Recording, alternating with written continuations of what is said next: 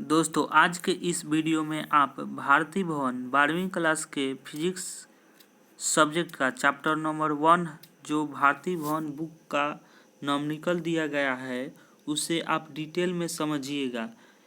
तो चलिए यहाँ पर देख सकते हैं कि यहाँ पर आपको नॉमिकल दिया गया है और इसका सॉल्यूशन भी है, लेकिन आप ऐसे सॉल्यूशन देखेंगे तो आपको समझ में नहीं आएगा। तो इसे मैं पूरी डिटेल से समझाऊंगा, लेकिन इसके पहले आपको सभी फार्मूले याद रहना चाहिए। तो देखिए फार्मूला इस चैप्टर के क्या क्या है।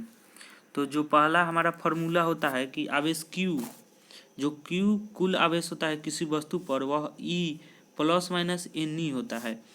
इसका मतलब ये होता है कि जो आवेश होता है वह तो 1.6 इंटू 10⁻−19 कूलम होता है, एक आवेश का वैल्यू होता है। तो इसी का वह पूर्णांक गुणज होता है, मतलब n, यहाँ पे n क्या है, पूर्णांक गुणज 1 2 3 4 5 या -1 2 -2 -3 -4, यानी जो भी पूर्णांक संख्या है उसका गुणज होता है कुल आवेश। अब दूसरा हमारा फॉर्मूला क्या है, तो कूलम बल से जानते हैं कि F समानुपाती Q1 इंटू Q2/r² निकलता है। यहाँ पर हम समानुपाती चिन्ह को जब हटाते हैं तो K कांस्टेंट हम लेते हैं, तो F equal to K into Q1 into Q2/r² निकल कर आ जाता है। अब यहाँ पर जो K का वैल्यू होता है वह क्या होता है, तो 9×10⁹ न्यूटन मीटर स्क्वायर पर कूलम स्क्वायर। और K का और दूसरा जो होता है वैल्यू 1/4πε0 होता है। अब यहाँ पर हम देख सकते हैं कि K के जगह पर हम अगर 1/4πε0 रखते हैं तो हमारा फार्मूला निकल कर आ जाएगा F equal to 1/4πε0 Q1 into Q2/r²। जो कूलम नियम होता है वह दो बिंदु आवेश के लिए लागू होता है, इसीलिए यहाँ पर हम एक आवेश को Q1 मांगते हैं और एक आवेश को Q2, और इन दोनों के बिंदु के बीच की दूरी r। तो यही फार्मूला लगता है कि कितना उस पर परिणामी बल है F। अब यहाँ पर मान लीजिए कि यहाँ पर कोई माध्यम दिया गया हो तो क्या फार्मूला होता है, तो F equal to 1/4πε0 into εr Q1 into Q2/r²। यहाँ पर εr क्या होता है, तो माध्यम की पराविद्युतशीलता। अब हम देखेंगे कि यहाँ पर सदिश रूप में कूलम बल क्या होता है।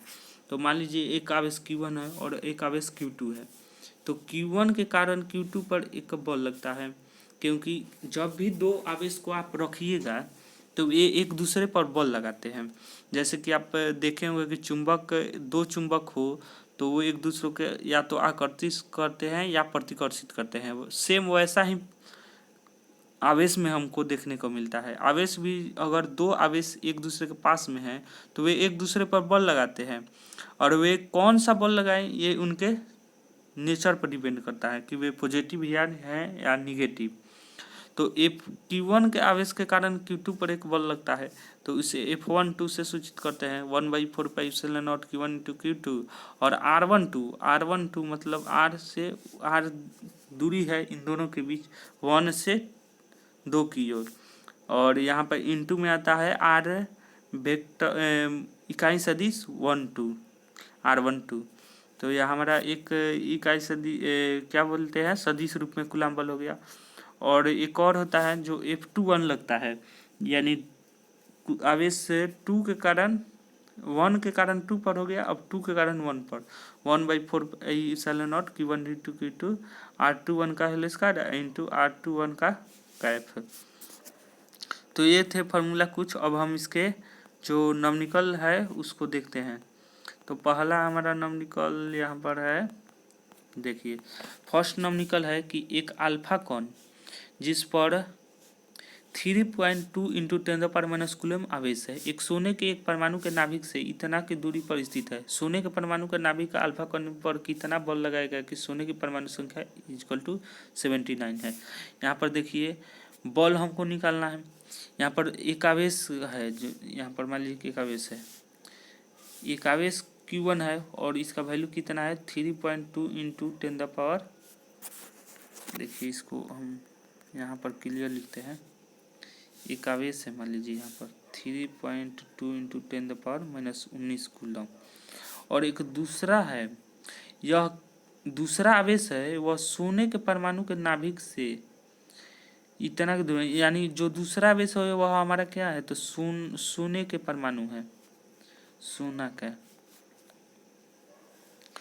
अब एक अल्फा कण जिस पर ये अल्फा कण है और एक सोना वाला है, तो यहाँ पर तो Q1 का आवेश मतलब अल्फा कण वाला आवेश हमें तो दे दिया गया है, और इन दोनों के बीच की दूरी कितना है, तो 12 × 10⁻⁵ मीटर, यानी R इक्वल टू भी दे दिया गया है, R इक्वल टू भी 12 × 10⁻⁵ दे दिया गया है। Q1 का वैल्यू दे दिया गया है और Q2 का वैल्यू आपको नहीं दिया गया है, डायरेक्ट नहीं दिया गया है लेकिन इनडायरेक्ट दिया गया है, तभी ना हम F equal to 1/4 Q1 into Q2/R² का फॉर्मूला का यूज करके हम निकाल सकते हैं। यहाँ पर Q1 का वैल्यू दिया गया है, R का वैल्यू भी दिया गया है और 1/4 का वैल्यू आप जानते हैं। अगर हम Q2 का वैल्यू निकाल लेते हैं तो हम आसानी से उस पर परिणामी बल निकाल सकते हैं।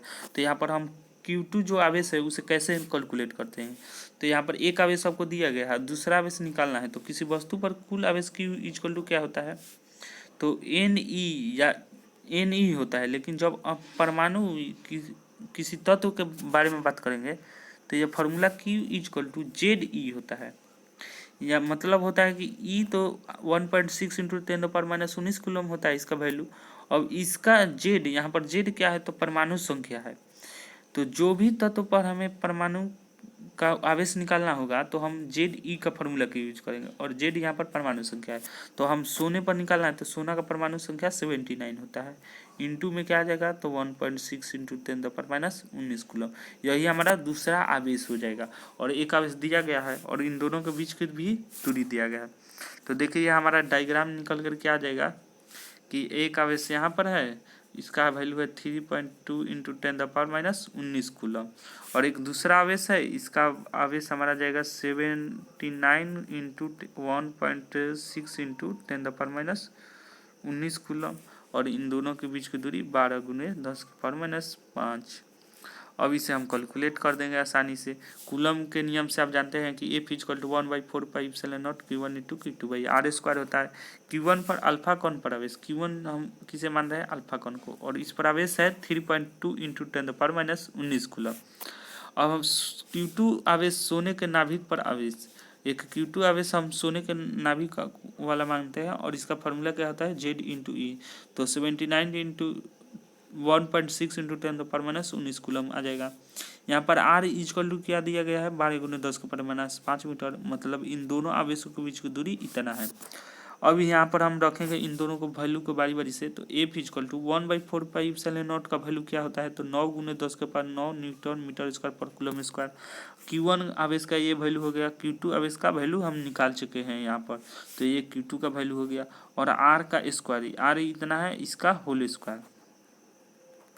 अब देखिए इसे हम कैसे कैलकुलेट करेंगे, तो 9 × 3.2 और 79 और इंटू में 1.6, इन सभी को नोट कर देंगे ऐसे ही। उसके बाद जो 10 के पावर है उसको हम ऐड कर देंगे पावर, जब भी 10 के पावर रहता है और गुना में रहता है तो पावर ऐड हो जाता है।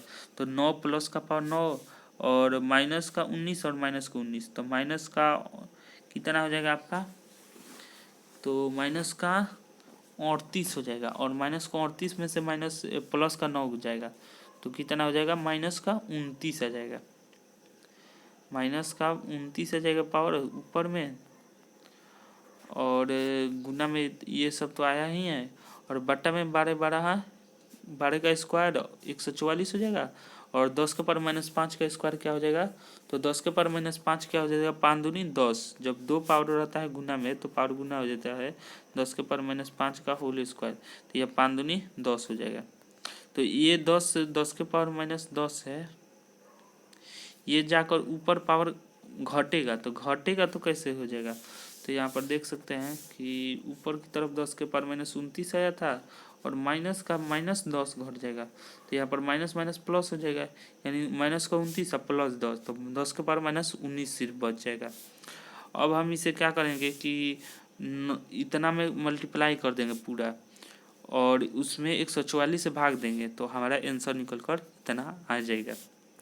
तो इसे आप आसानी से फाइंड कर सकते हैं, क्योंकि दोनों आवेश सजातीय हैं, क्योंकि यहाँ पर देख सकते हैं कि दोनों आवेश सजातीय मतलब कि सेम चार्ज वाला आया है, ये भी पॉजिटिव है और ये भी आवेश पॉजिटिव है, तो इन दोनों के बीच क्या लगेगा, प्रतिकर्षण बल लगेगा, और वो प्रतिकर्षण बल का वैल्यू कितना होगा, तो ये होगा।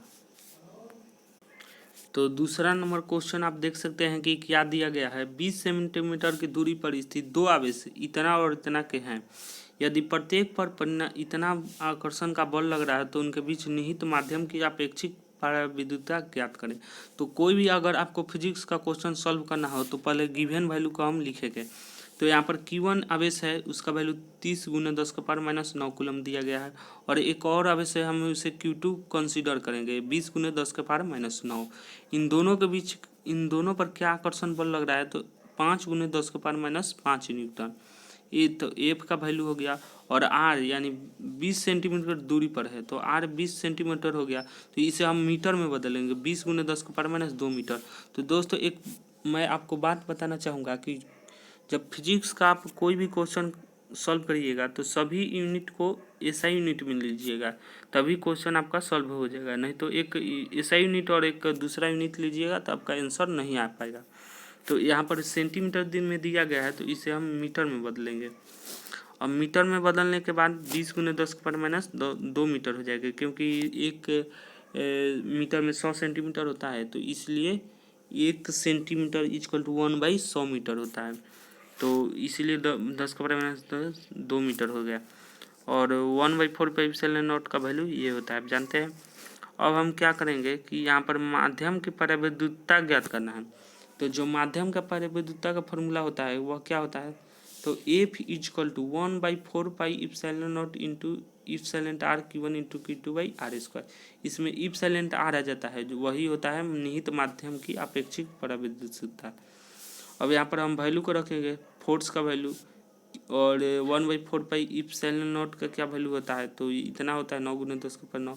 और εr ये तो हमें फाइंड करना है, तो इसे ऐसे ही छोड़ देंगे। अब यहाँ पर Q1 का वैल्यू और Q2 का वैल्यू रख देंगे और r² रख देंगे और उसका स्क्वायर कर देंगे। तो हमारा जो εr निकल कर आएगा यहाँ पर ये है जो 20 × 10 पर, अगर आप इसे कैलकुलेट करिएगा तो इतना निकल कर आ जाएगा।